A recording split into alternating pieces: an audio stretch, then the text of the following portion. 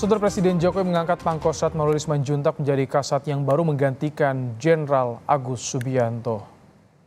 Maruli Simanjuntak resmi menyandang bintang 4 di pundaknya setelah dilantik Presiden Jokowi di Istana Presiden pada siang tadi.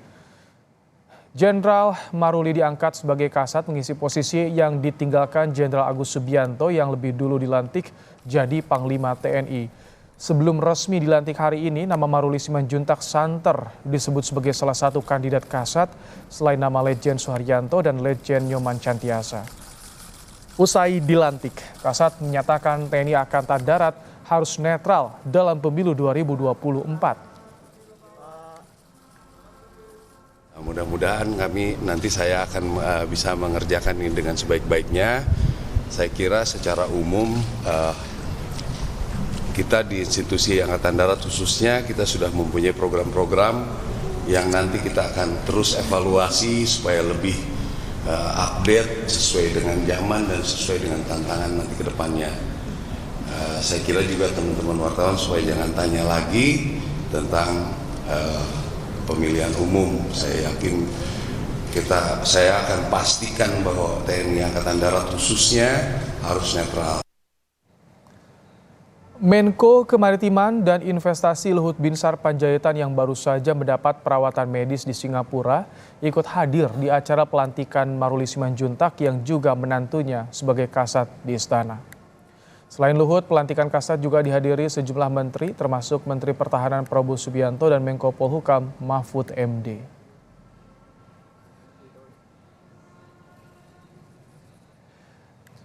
Kasat baru pilihan Presiden Jokowi, Jenderal Maruli Simanjuntak menghabiskan sebagian besar karirnya di Korps Baret Merah. Menantu Luhut Binsar Panjaitan ini masuk pas Pampres dengan menjabat Komandan Grup A saat Jokowi terpilih sebagai Presiden. Tugas pengawalan membuat Maruli terus-menerus berada di lingkungan keluarga Jokowi. 2 tahun di pas Pampres. Maruli lalu mendapat penugasan teritorial sebagai Danrem 074 Waras Tratama. Korem 074 membawahi wilayah eks-Karisidenan Surakarta, di mana Jokowi sebelumnya pernah menjadi wali kota Solo.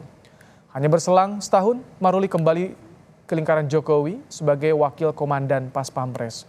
Lagi-lagi, Maruli kembali ditugaskan ke lingkungan Kodam 4 di Penegoro sebagai kepala staf Kodam. Kurang dari setahun, ia kemudian ditunjuk menjadi komandan Pas Pampres. Dalam kurun 3 tahun terakhir, karir Maruli di militer terus meroket dari Pangdam 9 Udayana, Pangkostrat, hingga puncaknya hari ini dilantik sebagai Kasat.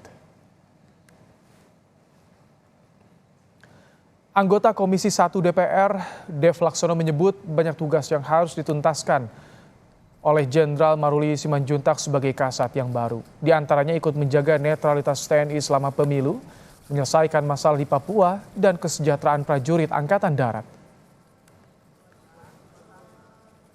Dari mulai Pak Dudung ke Pak Agus sampai dengan sekarang ke Pak Maruli, ya ada beberapa masalah-masalah yang belum semuanya terselesaikan, kan. Misalnya saat situasi di Papua satu hal, lalu perumahan prajurit, kesejahteraan prajurit, pendidikan bagi para prajurit TNI, ini semua menjadi catatan dan juga PR yang diwariskan kepada Kasat berikutnya. Kami di Komisi 1 siap untuk bekerja dengan pimpinan TNI dan khususnya TNI AD untuk kita bisa mengurai dan menyelesaikan persoalan tersebut.